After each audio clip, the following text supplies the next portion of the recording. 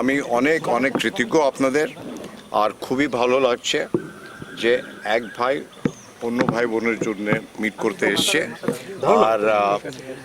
আর সবাইকে অনেক অনেক শুভেচ্ছা, প্রীতি, ভালোবাসা। আমাদের যা পপুলেশন আছে 140 কোটি, আর ওতে আমি 20 কোটি অ্যাড করে দিই, তাহলে 160। আমি যা এখানটা করতে চাই ওইটা 140 নাই, 60 অ্যাডেড, এখান থেকে 20 অ্যাড করে দিচ্ছি, তাহলে যা হবে একসঙ্গে হবে। বুঝেছো? আলাদাভাবে আমি ভাবছি না, আমার মনে ওইটা ঢুকছেই না।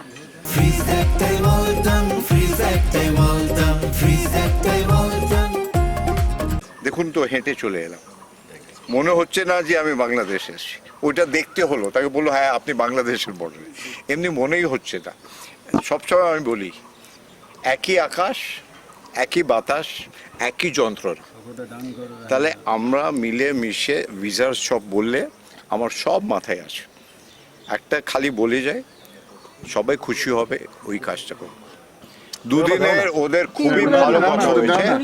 আর আমি ভাবি ডেমোক্রেসিতে অনেকবার ইস্যুস থাকে, আপনার একটা বাংলাদেশের স্ট্রং ডেমোক্রেসি, আমাদেরও স্ট্রং ডেমোক্রেসি, দুই ডেমোক্রেসি মিলে গেলে একটা ওয়ার্ল্ড পাওয়ার হয়ে যাবে, একটা পুরো ইকোনমিক ওয়ার্ল্ড পাওয়ার হয়ে যাবে। কিন্তু এই মেলামেশাটা দরকার, আর এর জন্যে আমার যা দায়িত্ব আছে আমি নিশ্চয়ই পালন করব, কিন্তু আপনার সাপোর্ট থাকা দরকার, ওর ছাড়া কিছু হতে পারে না। ঠিক আছে তো? কেন কি কমিউনিকেশন তো আপনারাই করবেন।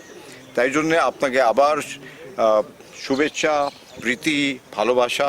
আর মেলামেশা তো হবে, এটা তো প্রথম হলো, এটা তো আরম্ভ হলো, প্রথম পদক্ষেপ।